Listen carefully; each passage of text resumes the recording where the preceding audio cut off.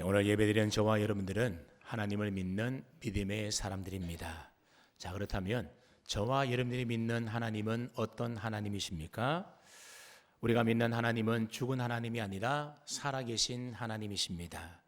우리가 믿는 하나님은 아무 능력이 없는 무능력한 하나님이 아니라 능력이 한이 없으신 전지전능하신 하나님을 우리는 믿습니다. 그리고 우리가 믿는 하나님은 우리의 삶에 아무런 관심도 없고 아무런 관여도 하지 않고 우리를 도와주지 않는 하나님이 아니라 언제나 우리를 눈동자같이 살피시고 우리를 감찰하시며 우리를 돌봐주시고 인도해 주시고 도와주시는 우리와 함께 하시는 우리의 좋은 아버지 되시는 하나님인 줄로 믿으시기를 바랍니다. 아멘. 그렇기 때문에 우리는 우리의 삶 속에서 우리를 도와주시고 인도해 주시고 우리의 삶에 은혜의 손길로 역사해 주시는 그 하나님의 은혜를 누리며 경험하며 살아갈 수가 있는 겁니다. 우리가 지난 시간에 살펴봤던 것처럼 우리의 삶 속에서 그러한 하나님의 은혜를 누리고 경험하기 위해서는 우리가 반드시 해야 할 일들이 있는 겁니다. 그게 무엇이었습니까? 가장 먼저 하나님의 은혜를 사모하는 마음을 가져야 된다 그랬습니다. 그래서 하나님의 말씀에 줄이고 갈급한 심령이 우리의 마음의 중심에 있어서 늘 하나님의 은혜를 사모하는 마음으로 예배드리고 또 말씀을 듣고 해야 한다 그랬습니다. 여러분, 우리가 매주일마다 교회에 나와서 예배드리고 하나님의 말씀을 듣는데 아무런 기대감도 사모하는 마음도 없이 그저 의무감으로 하나님 앞에 나와 예배드리거나 습관적으로 말씀을 들어서는 하나님을 만날 수도 없고 하나님의 은혜를 받아 누리지도 못하게 되는 것입니다. 오늘도 하나님의 말씀이 내 상한 마음 고쳐달라고, 말씀을 통하여 주님 만나게 해달라고, 크신 은혜 부어달라고 은혜를 사모하는 마음으로 오셔서 하나님께 예배드리고 말씀을 들어야만 하나님을 경험할 수가 있고 하나님을 만나고 은혜를 누릴 수가 있게 되는 것입니다. 그리고 나서 사모하고 주린 심령을 채워주기 위하여 은혜 부어주시는 하나님의 말씀에 잘 귀를 기울여 듣고 또 들어야 된다 말씀을 드렸습니다. 설교 시간마다 습관적으로 딴 생각하시는 분들이 있는데 이런 잘못된 습관들을 우리는 하나씩 고쳐 나가야 하는 겁니다. 여러분, 아무리 훌륭하고 좋은 말씀이라 하더라도 귀 기울여 잘 듣지 않는다면 그 좋은 말씀이 무슨 소용이 있겠습니까? 예수님이 말씀하셨어도 그 말씀을 귀에 귀 기울여 듣지 않았던 바리새인과 서기관과 율법사 같은 사람들은 그 말씀이 그들의 심령에 아무런 소용이 없었던 겁니다. 그러므로 하나님의 말씀을 귀하게 여기며 그 말씀을 잘 귀 기울여 우리의 심령으로 말씀을 들어야 하는 겁니다. 그렇게 우리가 말씀에 귀를 기울여 잘 들을 때에 그 말씀 속에서 우리는 하나님을 만날 수 있게 되는 것이고 우리의 영혼이 다시 살아날 수가 있게 되는 겁니다.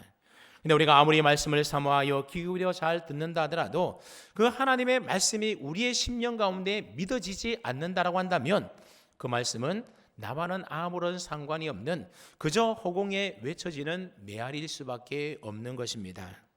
때로는 하나님의 말씀이 우리의 머리로 잘 이해가 되지 않는다 하더라도 도저히 우리의 생각으로는 상식으로는 납득이 되지 않는다 하더라도 때로는 들은 말씀이 우리에게 소원해가 되는 말씀이라 하더라도 그것이 하나님의 말씀이라고 한다면 하나님을 믿는 믿음을 가지고 그 하나님의 말씀을 우리는 그대로 믿어야 하는 것입니다. 근데 우리가 우리의 삶 속에서 하나님의 은혜와 능력을 경험하며 살아가기를 원한다면 여기에 한 가지 더 필요한 것이 있습니다. 그게 뭔지 아십니까? 그것은 바로 하나님의 말씀대로 행하며 살아가는 것입니다. 하나님의 말씀을 사모하여 귀 기울여 듣고 이제 그 말씀을 믿게 되었습니다. 근데 듣고 믿기만 하고 그 말씀대로 행하지 않고 살아가면 어떻게 되겠습니까? 아무런 일도 우리 가운데 일어나지 않는 겁니다.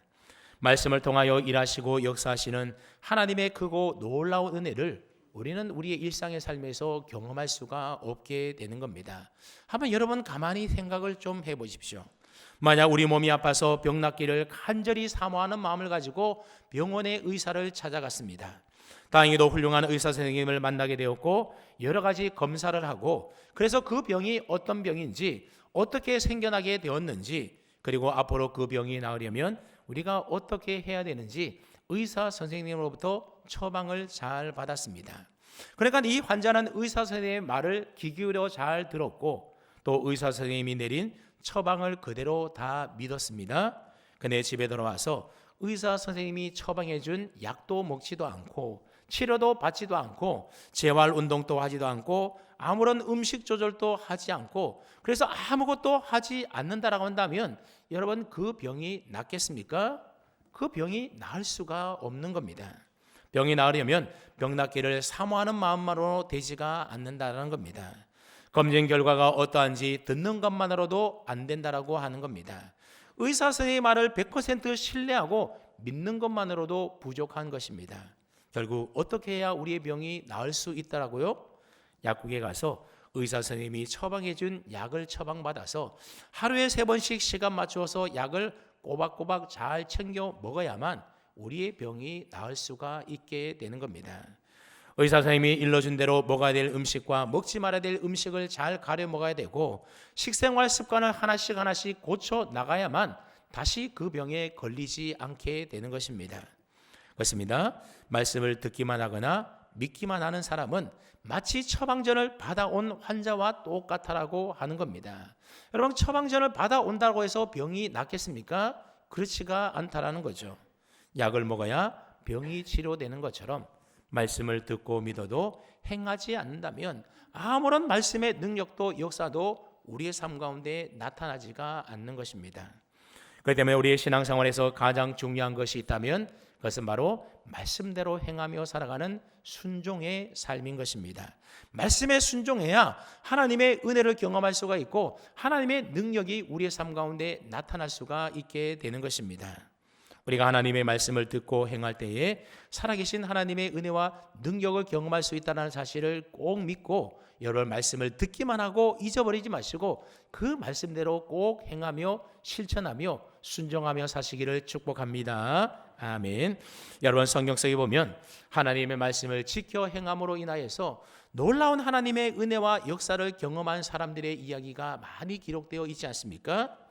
하나님의 말씀에 믿음으로 순종하여 산 꼭대기에다가 방주를 지었던 노아는 모든 사람들이 물로 심판받아 멸망할 그때에 구원을 받는 놀라운 은혜를 경험하게 되었습니다. 그럼 만약에 이 노아가 하나님의 말씀에 순종해서 산 꼭대기에다가 방주를 짓는 것이 어디 말이 되냐 하고 그대로 방주를 짓지 않았다면 어떻게 되었습니까? 노아도 똑같이 홍수 때에 심판을 받아 멸망했을 겁니다. 그러나 말씀에 순종하여 방주를 지었기 때문에 심판대에 멸망받지 않고 구원을 받을 수 있었던 겁니다. 여러분 아브라함은 너의 고향과 친척과 아버지 집을 떠나서 내가 내게 지시할 땅으로 가라고 하신 이 하나님의 말씀대로 고향 땅을 떠나서 하나님이 약속하신 가나안 땅으로 갔을 때에 믿음의 조상이 되는 은혜와 복을 누리지 않습니까? 이스라엘 백성들이 가나안 땅에 들어가서 여리고 성을 만났을 때에 그 여리고 성을 어떻게 무너뜨리고 점령을 합니까? 하나님의 말씀에 순종하여 그저 말씀대로 순종하여 여리고 성을 돌았을 뿐인데 이 난공불락과 같은 요새였던 여리고 성이 무너지는 놀라운 은혜의 역사를 경험하게 되었다는 겁니다. 여러분 신약 성경에도 보면 베드로가 밤새도록 그물을 던져서 물고기를 잡았지만 물고기 하나 잡지 못하지 않았습니까? 그때 깊은 데로 가서 그물을 내리라고 하는 주님의 말씀을 듣고 그 말씀 그대로 순종하여 내렸을 때에 그물이 찢어질 정도로 많은 물고기가 잡히는 놀라운 은혜의 역사를 경험하게 되었다고 하는 겁니다. 여러분 가나안 잔치집에 혼인 잔치집에 포도주가 떨어졌을 때에 어떻게 합니까? 예수님께서 돌 항아리에 물을 채우라고 하신 그 말씀에 하인들이 순종하여 이 돌 항아리 아구까지 물을 채웠을 때에 물이 변하여 포도주가 되는 놀라운 기적의 역사를 경험하게 되었다고 하는 겁니다. 그렇습니다, 여러분. 우리가 말씀을 잘 듣는 것, 사모하여 잘 듣는 것, 그리고 그 말씀 그대로 믿는 것도 얼마나 중요한지 모릅니다. 근데 그것만으로는 부족하다라고 하는 겁니다. 듣고 믿은 말씀을 우리의 삶에 그대로 적용하여서 실천하며 행하며 살아갈 때에 비로소 우리의 삶에 하나님의 은혜와 능력이 나타나게 되더라고 하는 것입니다. 우리가 하나님의 은혜는 왜 성경에 나오는 인물들은 하나님의 은혜와 능력을 경험하며 살아가는데 오늘 우리의 삶에는 하나님이 역사하시지도 않는 것 같고 하나님의 은혜와 능력을 경험하지 못하며 살아가는 이유가 무엇이겠습니까? 그 이유는 단 하나, 말씀은 똑같이 듣고 믿지만 그 말씀대로 행하느냐 행하지 않느냐의 차이라는 사실을 기억하십시오. 하나님의 말씀을 들었다면, 그 말씀이 하나님의 말씀이라고 믿었다면 그대로 행하며 순종해 보십시오. 믿기 어려운 말씀이라 하더라도, 이해가 되지 않는다 하더라도, 내게 손해가 된다 하더라도 말씀에 믿고 순종하고 따르면 그때에 하나님의 놀라운 기적의 역사가 우리의 삶 속에 나타나게 되는 것입니다. 오늘 본문은 출애굽기 14장 말씀인데, 이 말씀의 배경에 대해서는 아마 이미 신앙생활을 좀 오래 하신 분들은 잘 알고 있을 겁니다. 하지만 최근에 신앙생활 하신 분들을 위하여 잠깐 설명을 해드리면, 하나님은 이집트에서 종살이하고 있는 이스라엘 백성들을 구원해내시기 위하여 모세를 부르게 됩니다. 그리고 모세는 하나님의 부르심과 말씀에 순종하여 애굽에 10가지 재앙을 내리지 않습니까? 그러자 바로가 항복을 하게 되었고, 결국 이스라엘 백성들을 내놓아서 이스라엘 백성들은 이집트에서 나올 수 있게 되었습니다. 하지만 이집트 왕이었던 바로 왕의 마음은 금세 강팍해지게 바뀌게 되었고, 군사들을 보내어서 이스라엘 백성들을 추격해 오게 됩니다. 그러나 이스라엘 백성들이 살 길은 오직 앞으로 빨리 도망가는 길밖에 없는 것입니다. 그런데 도망치는 이스라엘 백성들 앞에 뭐가 가로막게 됩니까? 깊은 홍해바다가 그들 앞에 가로막게 됩니다. 앞에는 홍해바다가, 뒤에는 이집트 군대가 뒤쫓아오는 그런 상황이 펼쳐지게 되었습니다. 그러니 앞으로도 갈 수가 없고 뒤로도 돌아갈 수가 없는, 그야말로 진퇴양난의 큰 위기에 이스라엘 백성들이 빠지게 되었습니다. 여러분, 이런 상황은 성경에만 있는 것이 아니라 오늘 우리의 삶의 상황 가운데도 얼마든지 있을 수 있는 일들 아니겠습니까? 물론 내용은 좀 각자 다 다를 수가 있겠지만, 도저히 우리의 힘과 우리의 방법으로 해결할 수가 없는 속수무책인 그런 인생의 상황들이 저와 여러분의 삶에도 펼쳐질 수가 있다라고 하는 거죠. 그러면 오늘 본문의 이 문제의 상황이 어떻게 극복되고 해결되는지 우리 모두가 좀 눈여겨볼 필요가 있다라고 하는 겁니다.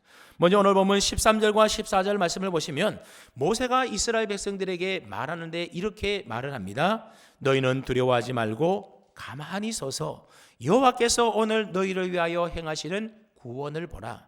여호와께서 너희를 위하여 싸우시리니 너희는 어떻게 하라고요? 가만히 있을지니라 그랬습니다. 여러분, 무슨 말이겠습니까? 하나님께서 너희를 대신하여 싸워줄 테니, 너희를 구원하여 줄 테니 너희는 가만히 있으라고 하는 겁니다. 너희가 뭘 하려고 하지 말라라는 겁니다. 여기서 반복되어 강조되고 있는 말이 뭔 말인가 하면, 너희는 가만히 있으라고 하는 말입니다. 괜히 호들갑 떨면서 소란스럽게 하지 말고 가만히 기다리라고 하는 것입니다. 자, 그렇다면 모세가 이스라엘 백성들에게 왜 가만히 있으라고 반복적으로 당부했겠습니까? 그것은 그 당시 이스라엘 백성들이 소란스러웠기 때문에 그렇습니다. 오늘 본문 10절로부터 12절 말씀해 보게 되면, 그 당시 이스라엘 백성들이 얼마나 소란스러웠는지 잘 기록해 놓았습니다. 이 진퇴양난의 어려운 위기 상황 가운데 빠지게 되자 어떤 사람들은 두려워 떨면서 하나님께 큰 소리로 막 부르짖기 시작하는 겁니다. 또 어떤 사람들은, 아니 우리가 살던 이집트에 매장지가 없어서 우리를 이곳으로 이끌어내어서 우리를 죽게 하느냐면서 모세를 향하여 큰 소리로 막 원망하며 불평을 털어놓기 시작했습니다. 또 어떤 사람은 우리가 노예로 살면서 이집트 사람을 섬기는 것이 차라리 이 광야에서 죽는 것보다도 훨씬 낫다라고, 그러면서 모세를 향하여 책임 추궁을 하는 사람들도 생겨났습니다. 자, 그러니 여러분, 한두 사람도 아니고 어른만 해도 60만 명이나 되는 그 사람들이 한마디씩만 내뱉는다 하더라도 얼마나 시끄럽고 소란스러웠겠습니까? 오늘 본문이 바로 그러한 상황이었다는 겁니다. 근데 여러분, 이렇게 소란스러운 이스라엘 백성들의 태도는 어떤 문제가 생겨났을 때에, 어떤 위기 상황 가운데 우리가 빠졌을 때에 일반적으로 오늘 우리들이 태하는 태도와 반응이지 않습니까? 사람들은 어떤 문제가 생기게 되면 어떻게 해서든지 그 문제에서 벗어나기 위해서 발버둥 치며 애쓰며 안간힘을 다 쓰게 되는 겁니다. 하지만 대부분의 경우 문제는 점점 더 미궁 속에 빠져들고 해결되지가 않고 오히려 힘만 빠져들게 될 때가 있습니다. 왜냐하면 큰 인생의 위기의 문제를 만나게 되면 우리는 갑작스럽게 당황하게 되고, 그렇게 되면 판단력이 흐려지게 되면서 아무 생각이 나지를 않게 되는 겁니다. 전에 잘 보인 것들도 잘 보이지 않을 때가 있지 않습니까? 왜 오늘 우리들도 그런 경험할 때가 있지 않습니까? 뭔가 당황스럽고 급한 상황이 생기게 되면 손에 열쇠를 들고서도 막 열쇠를 찾느라고 이것저것 헤맬 때가 있다라고 하는 거죠. 이처럼 우리의 삶이 당황스럽게 되면 손에 열쇠를 들고도 그 열쇠를 찾지 못하는 일이 있다라고 하는 겁니다. 여러분, 수영하지 못하는 사람이 물에 빠져나가려고 안간 힘을 쓰고 허우적대면 어떻게 되겠습니까? 그러면 그럴수록 점점 더 기운은 빠지게 되고 결국 물속에 빠져 죽고 말게 되는 겁니다. 물에 빠진 사람은 가만히 있어야 하는 거죠. 힘을 빼고 온몸을 물에 맡긴 채 가만히 누워서 힘을 빼고 있으면 몸이 저절로 뜨게 되는 겁니다. 오늘 본문의 이스라엘 백성들은 문제의 상황 가운데서 가만히 있지를 못하고 불평하고 원망하느라고 매우 소란스러웠다라고 하는 겁니다. 그래서 모세는 그런 그들을 향하여 너희는 좀 가만히 있으라고 했던 것입니다. 하나님이 구원해 주실 텐데 왜 이렇게 소란스럽게 불평하며 원망하며 떠드냐라고 하는 겁니다. 그럼 왜 가만히 있어야 합니까? 가만히 있어야만 하나님이 보이게 되고 가만히 있을 때에 하나님의 음성과 하나님의 뜻을 알 수 있기 때문에 그렇습니다. 내가 분주하게 움직이고 내 주장과 내 말만 하다 보면 하나님은 보이지 않게 되고 하나님의 음성, 하나님의 뜻이 내 귀에 들려오지 않게 되는 것입니다. 그렇게 해서는 문제가 해결될 수가 없는 것이죠. 그렇게 해서는 하나님의 크고 놀라운 은혜와 역사를 경험할 수가 없는 것입니다. 이것은 개인적으로도 그렇고 가정적으로도 교회적으로도 또 국가적으로도 다 마찬가지입니다. 개인적으로 여러 가지 걱정과 근심과 염려 속에 빠져 있게 되면 하나님이 잘 보이지 않게 됩니다. 가정에서도 가족들끼리 서로 다투고 싸우게 되면 그 가정에 하나님의 음성이 잘 들려지지 않는 것입니다. 여러분, 교회 안에도 그렇지 않습니까? 교회 안에도 물론 문제가 있을 수가 있습니다. 근데 그 문제로 인하여 교인들끼리 서로 싸우고 분열되어 시끄러우면 여러분, 하나님의 뜻은 오고 간 데도 없고 하나님의 말씀은 들리지 않게 되고 결국 교회 안의 혼란은 수습할 방법이 없게 되는 것입니다. 국가에서도 정치적인 이념에 따라서 정쟁이 끊이지 않는다면 그것은 그 나라는 발전할 수가 없게 되는 거죠. 그러니 문제의 상황 가운데는 마음을 좀 더 진정시키고 말과 행동을 좀 차분하게 하고 가만히 있을 필요가 있다라는 겁니다. 네, 여러분, 우리가 문제를 만날 때에 가만히 있는 것이 필요한 것은 사실이겠지만 그냥 가만히 있는다라고 해서 그런 문제가 저절로 다 해결되는 것이겠습니까? 그렇지가 않습니다. 그런데도 왜 가만히 있으라고 하는 겁니까? 가만히 있는 것은 하나님의 말씀을 듣기 위해서 가만히 있으라는 겁니다. 가만히 있어야 말씀이 들리게 되고 말씀을 들어야만 우리는 문제를 해결하고 살아날 수가 있게 되는 겁니다. 그런데 그 문제 상황에 마음이 뺏겨서 판단력을 잃어버리고 내가 뭔가를 하기 위해서 불평불만 쏟아내고 혼란스럽게 되면 하나님의 말씀이 들리지 않게 되는 것입니다. 그렇게 해서는 문제를 해결할 수가 없다라고 하는 거죠. 그래서 우리는 하나님의 말씀을 잘 듣기 위해서 우리는 가만히 있어야 하는 겁니다. 그런데 여러분, 말씀을 잘 듣는 것이 참 중요한 일이기는 하지만 말씀을 그냥 듣고만 있는다고 해서 무슨 일이 일어날까요? 말씀만 듣고 있어서는 아무 일이 일어나지 않는 겁니다. 가만히 있는 것은 하나님의 말씀을 듣기 위한 것이고 하나님의 말씀을 들었으면 이제는 어떻게 됩니까? 더 이상 가만히 있으면 안 되고 하나님이 들은 말씀대로 우리가 행해야 한다라고 하는 겁니다. 오늘 본문의 이스라엘 백성들도 가만히 있으라고 하는 하나님의 말씀을 들었습니다. 그리고 하나님께서 그들을 위하여 싸워서 구원하시려고 하는 그 하나님의 말씀도 듣고 믿었습니다. 그래서 그들의 마음이 안심이 되었을 겁니다. 그러나 그 상태로는 아무 일도 일어나지가 않습니다. 이스라엘 백성들이 이 문제의 상황에서 벗어나 구원의 기쁨과 감사로 하나님께 찬양을 15장에 가면 드리게 되는데 그것은 그들이 가만히 있어서 된 일이 아니라 그들 앞을 가로막고 있는 홍해 바다를 건넜기 때문에 그들이 감사하며 찬양할 수가 있었던 겁니다. 여러분, 이것이 참 중요합니다. 하나님은 이스라엘 백성들에게 가만히 있으라고만 말씀하신 것이 아니라 오늘 보면 15절 말씀해 보게 되면 앞으로 나아가라 그렇게 말씀하고 있습니다. 그들 앞을 가로막고 있는 큰 파도가 넘칠 때는 그 깊은 홍해 바다를 향하여 앞으로 나아가라고 말씀하고 있습니다. 그래서 그 말씀에 믿고 순종하여 앞으로 나아갔더니 홍해 바다가 갈라지는 놀라운 역사를 경험하게 되었다라고 하는 겁니다. 그런데 여러분 생각해 보면 이스라엘 백성들이 하나님의 말씀대로 행한 이 두 가지의 일이라고 하는 것은 결코 쉬운 일이 아니었습니다. 앞에는 홍해 바다가 가로막고 있고 뒤에는 애국 군대가 그들을 죽이기 위하여 뒤쫓아오고 있는 매우 다급한 위기의 상황이지 않습니까? 근데 그런 상황 가운데서 그냥 가만히 아무것도 하지 않고 하나님의 말씀을 듣기 위하여 기다린다는 것이 어디 쉬운 일이겠습니까? 쉽지가 않은 일이라는 겁니다. 보통 사람들이 어떤 문제나 위기의 상황에 처하게 되면 자기 보호 본능에 의해서 그 책임을 전가할 사람들을 찾는다고 합니다. 그래서 누구누구 때문에 내가 이 모양 이 꼴이 되었다라고 하면서 불평과 불만과 원망을 털어놓으려고 한다라고 하는 거죠. 근데 이 불평과 불만과 원망을 가지고 있는 특징이 하나 있는데 한 번 시작이 되면 꼬리에 꼬리를 물고 계속 불평과 원망이 쏟아진다라는 겁니다. 그러니 일단 불평과 불망이 시작된 이스라엘 백성들에게 있어서는 가만히 있으라고 하는 이 말씀이 그들 가운데는 쉽지가 않은 일이었다라고 하는 거죠.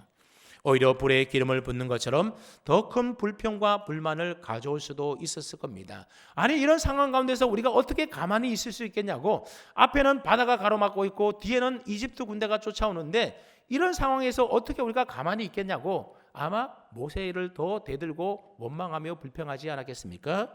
그런데 그들은 말씀대로 가만히 있었습니다. 그리고 홍해 바다를 향하여 앞으로 나아가라는 말씀은 사실 더 어려운 일이지 않겠습니까? 앞으로 나가면 바다에 빠져 죽게 생겼는데 어떻게 앞으로 나아가라는 겁니까? 그런데도 이스라엘 백성들은 말씀대로 행하여 앞으로 나아갔다고 하는 겁니다. 그러니까 이스라엘 백성들이 하나님의 말씀을 듣고 그 말씀대로 그대로 행하였더니 홍해가 갈라지고 문제가 해결되는, 그래서 그들이 구원받는 놀라운 은혜의 역사를 경험하게 되었다라고 하는 겁니다. 그러니 말씀을 듣고 믿는 것도 참 귀하고 중요하지만 그 말씀대로 행하며 살아가는 순종의 삶이 더 중요하다는 것을 알 수가 있습니다. 여러분 오늘 본문의 구조를 한번 잘 살펴보십시오. 특별히 여러 가지 인생의 문제를 만나서 혹 당황스러운 상황 가운데 있는 분들이 있다면 이 말씀을 좀 더 자세히 잘 보시기를 바랍니다. 먼저는 가만히 있어야 하는 겁니다. 내가 스스로 뭔가 문제를 해결해 보려고 이리저리 뛰다니면서 애쓰고 노력하기 전에 먼저 어떻게 하라는 겁니까? 가만히 기다리라고 하는 겁니다. 가만히 있으라고 해서 그냥 가만히 있으면 안 되고 가만히 있으면서 뭘 하라는 겁니까? 나에게 하나님이 말씀하시는 그 말씀이 뭔지를 귀 기울여 들으라고 하는 것입니다. 그리고 그 말씀을 들었으면 이제는 그 들은 말씀대로 순종하며 행하라고 하는 것입니다. 앞으로 나아가면 되는 것입니다. 그럴 때 하나님의 놀라운 역사를 우리가 경험하게 되다라는 거죠. 앞에서 말씀드렸던 것처럼 우리의 삶 속에 왜 하나님의 능력이 나타나지 않고 하나님의 은혜를 왜 경험하지 못합니까? 오늘 우리도 똑같이 하나님을 믿고 살아가는데 왜 우리에게는 그런 일이 없습니까? 그것은 하나님의 말씀을 듣지만 믿지만 결국 우리의 삶의 행동을 한번 보십시오. 그 말씀 그대로 행하며 살지 못할 때가 얼마나 많이 있습니까?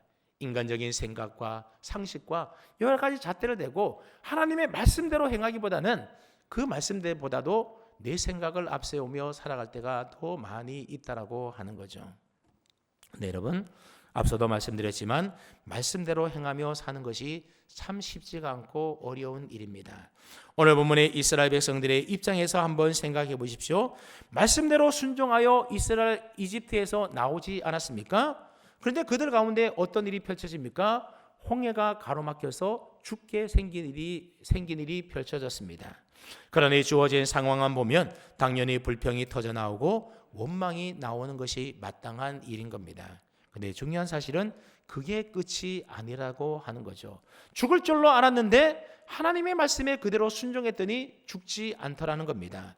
진퇴양난이어서 벗어날 길이 없는 줄로 알았는데 생각지도 못하게 하나님 말씀대로 순종했더니 홍해가 갈라지더라고 하는 거죠. 이스라엘 백성들은 이런 상황을 경험하면서 그들은 깨달았을 겁니다. 하나님의 말씀대로 행하였더니 안 될 것 같았고 죽은 줄로 알았는데 오히려 죽지 않고 살게 되더라고 하는 겁니다. 그렇게 그들은 광야 40년 세월 동안 이러한 하나님의 은혜와 역사를 매일매일 하루하루 살면서 그들이 경험하며 살았던 것입니다. 그 결과 나중에는 어떤 일이 일어납니까? 홍해 바다뿐만이 아니라 나중에는 가나안 땅에 들어갈 때에 요단강을 건너는 믿음의 사람들이 되었다는 겁니다. 요단강을 건널 때도 아직 물이 갈라지지 않았음에도 불구하고 세차게 범람하여 흐르는 그 요단 강물 속을 향하여 담대히 발을 내디뎠을 때에 그 강물이 그쳐지게 되는 그런 놀라운 믿음의 역사들을 그들이 경험하게 되었던 것입니다. 여러분, 믿음이 자라는 과정은 마치 집을 짓는 것과 비슷한 겁니다. 믿음의 집을 제대로 지으려면 설계대로 집을 지어야 하는 것 아니겠습니까? 근데 설계대로 집을 지으려고 하니 공사 기간도 오래 걸리고 공사 비용도 만만치 않게 드는 겁니다. 그래서 설계도를 무시하고 제멋대로 집을 짓는 경우들이 종종 있습니다. 물론 그렇게 지어도 문제 없을 줄로 생각했겠지만 결국에 나중에는 부실 공사로 인하여 집을 짓게 되면 결국 안전에 문제가 생겨나는 것 아닙니까? 그래서 우리나라도 예전에 성수대교가 무너지고 상풍백화점이 무너지고 아파트가 무너지는 일들이 왜 그런 일들이 일어났습니까? 다 설계도대로 제대로 공사를 하지 않아서 그러는 것입니다. 그대로 행했으면 문제가 없었다라고 하는 거죠. 그러면서 이런 일들을 경험하면서 우리가 깨달은 사실이 무엇입니까? 설계도대로 행해야만 안전하구나. 그래야만 문제가 없구나. 시간이 좀 걸리더라도 돈이 좀 더 많이 든다더라도 설계도 도면대로 짓는 것이 맞구나. 그것을 비로소 늦게 깨닫게 되는 겁니다. 마찬가지로 이스라엘 백성들은 오늘 본문의 홍해 앞과 같은 그런 상황을 통하여 그들이 깨달은 것은 하나님의 말씀대로 행했더니 시간이 좀 걸리더라도 그것이 더 빠른 길이었었고 하나님의 말씀대로 행하였더니 안 될 것 같았는데 그 일이 되어지고 하나님 말씀대로 행했더니 죽을 것 같았는데 죽지 않고 살더라. 이것을 깨닫게 되었다라고 하는 겁니다. 그럼 오늘 저와 여러분들도 오늘 본문을 통하여 깨달아야 될 중요한 사실은 무엇이겠습니까? 말씀대로 그대로 행하면 되는구나. 말씀대로 그대로 행하면 살아가는구나. 말씀대로 행하면 우리 인생의 문제가 풀리고 하나님의 놀라운 은혜의 역사를 경험하게 되는구나. 그 사실을 우리는 깨달아야 하는 겁니다. 그러므로 이제부터 우리의 삶도 어떻게 살아야 된다는 겁니까? 하나님의 말씀 그대로 하나씩 뭔가 큰 일에 대하여 순종하려 하지 말고 우리의 삶에 주어지는 작은 일 하나하나도 하나님의 말씀 그대로 순종하며 행하며 살아가게 되면 결국 우리의 삶에 놀라운 하나님의 은혜와 역사를 경험하게 된다라고 하는 사실입니다. 사랑하는 여러분, 믿음의 사람은 어떤 사람입니까? 믿음의 사람은 교회 다니는 사람이 아니라 말씀대로 행하며 살아가는 순종의 사람이 바로 믿음의 사람입니다. 믿음의 사람이 되는 것 너무 어렵게 생각하지 마시기를 바랍니다. 우리가 하나님의 말씀을 다 알 수는 없습니다. 그리고 그 말씀을 그대로 다 지켜 행하기는 더 어려울 겁니다. 그러나 우리가 믿음의 사람으로 산다라고 하는 것은 오늘 내가 들은 말씀을 그냥 흘려보내지 아니하고 오늘 들은 말씀 한번 행해보자. 그 결심을 가지고 우리의 삶 속에서 작은 일 하나라도 실천하며 순종하며 살아가는 사람이 바로 믿음의 사람인 겁니다. 원래 우리 교회 표가 뭡니까? 용서, 사랑의 시작이지 않습니까? 이 말씀을 우리가 들었다면 우리의 삶 속에서 작은 일상의 삶 속에서 이 용서를 실천하며 살아가 보는 겁니다. 남편이 내게 잘못했을 때도 용서해주고 우리 자녀들에게도 용서를 베풀고 우리의 이웃들을 향해서도 작은 것이지만 옛날 같았으면 삐지고 화를 내서 다투겠지만 이제 하나님의 말씀을 들었으면 이 작은 일부터 하나하나씩 순종하며 실천해 보는 겁니다. 그럴 때 하나님의 은혜의 역사를 우리의 삶 속에서 놀라울 정도로 분명히 경험하게 될 줄로 믿습니다. 빌리 그레엄 목사님의 전도 집회에 다닐 때에 찬양 사역자로 함께 다녔던 킴 윅스라고 하는 여성분이 계십니다. 이분은 우리나라 사람인데 한국 정전 때에 눈을 실명하게 되었고 그래서 고아원에 자라다가 미국으로 입양된 사람입니다. 이분이 빌리 그레엄 목사님과 함께 한국을 방문했을 때에 했던 유명한 간증이 하나 있습니다. 그녀는 이렇게 말을 했습니다. 나는 앞을 보지 못하기 때문에 어디를 가든지 사람들이 나를 인도해 줍니다. 그때마다 사람들은 10m 전방에 무엇이 있다고 알려주는 것이 아니라 바로 앞에 계단이 있으니 발을 올려 놓으라고, 바로 앞에 흙탕물이 있으니 옆으로 피해가라고 말을 해줍니다. 나는 그 말을 듣고 한 걸음씩 한 걸음씩 그대로 행하다 보면 언제나 목적지에 도달해 있습니다. 그런 간증을 했습니다. 여러분, 우리 믿음의 삶도 마찬가지라는 겁니다. 하나님께서 우리에게 10년 뒤의 길을 다 말해주지 않습니다. 하나님은 홍해 앞에 선 이스라엘 백성들에게 40년 후에 있을 요단강을 건너는 방법에 대하여 알려준 것이 아니었습니다. 단지 홍해 바다 앞에 있는 앞에서는 앞으로 가라고 말씀하셨고, 이스라엘 백성들은 그 말씀 그대로 행하여 홍해를 건너가게 되었던 겁니다. 오늘 저와 여러분의 삶도 마찬가지입니다. 우리의 삶 속에 위기의 문제가 찾아오고 당황스러운 일이 찾아올 때도 있겠지만, 하나님 앞에 가만히 있어 하나님의 말씀을 잘 듣고 하나님이 우리에게 무엇을 말씀하시는지 귀 기울여 잘 들을 수 있기를 바랍니다. 그리고 하나님이 말씀하시면 그 말씀대로 행하여 순종하며 나아가 보십시오. 내 머리로 이해가 되지 않는다 하더라도, 때로는 상식적으로 맞지 않는다 하더라도 그 말씀 그대로 한번 실천하여 행해 보십시오. 그러면 저와 여러분들 앞을 가로막고 있는 인생의 홍해가 갈라지게 되고 여리고 성도 무너지게 되는 놀라운 하나님의 은혜의 역사를 분명히 경험하게 될 줄로 믿습니다. 그대로 행하지 않으니까는 경험하지 못하는 것이지, 해보십시오. 해보면 놀라운 역사를 경험하게 될 줄로 믿습니다. 하지만 하나님의 말씀을 듣고도 아무렇게도 행동하지 않는 사람은 홍해가 갈라지는 역사를 경험할 수가 없게 되는 겁니다. 우리 인생의 홍해가 갈라지지 않았다고 해도 우리가 구원받지 못하는 것은 아닐 겁니다. 그러나 홍해가 갈라지지 않는다면 하나님의 은혜와 능력을 우리가 경험하며 살아가지 못하기 때문에 환경의 지배를 쉽게 받게 되고, 그래서 늘 불평과 원망이 가득한 불만족스럽고 쉽게 흔들리는 신앙생활을 해 나갈 수밖에 없게 되는 것입니다. 그러므로 오늘부터라도 하나님께 들은 말씀 붙들고 작은 일 하나부터 말씀대로 행하는 일에 한번 도전해 볼 수 있기를 바랍니다. 그렇게 말씀대로 행하며 살아감으로 매일매일 삶 속에서 홍해가 갈라지는 하나님의 놀라운 은혜와 역사를 경험함으로 그것이 여러분의 간증이 되고 해서 기쁨과 은혜와 감사가 넘치는 그런 삶을 살아갈 수 있는 저와 여러분 다 될 수 있기를 주님의 이름으로 축원합니다. 아멘.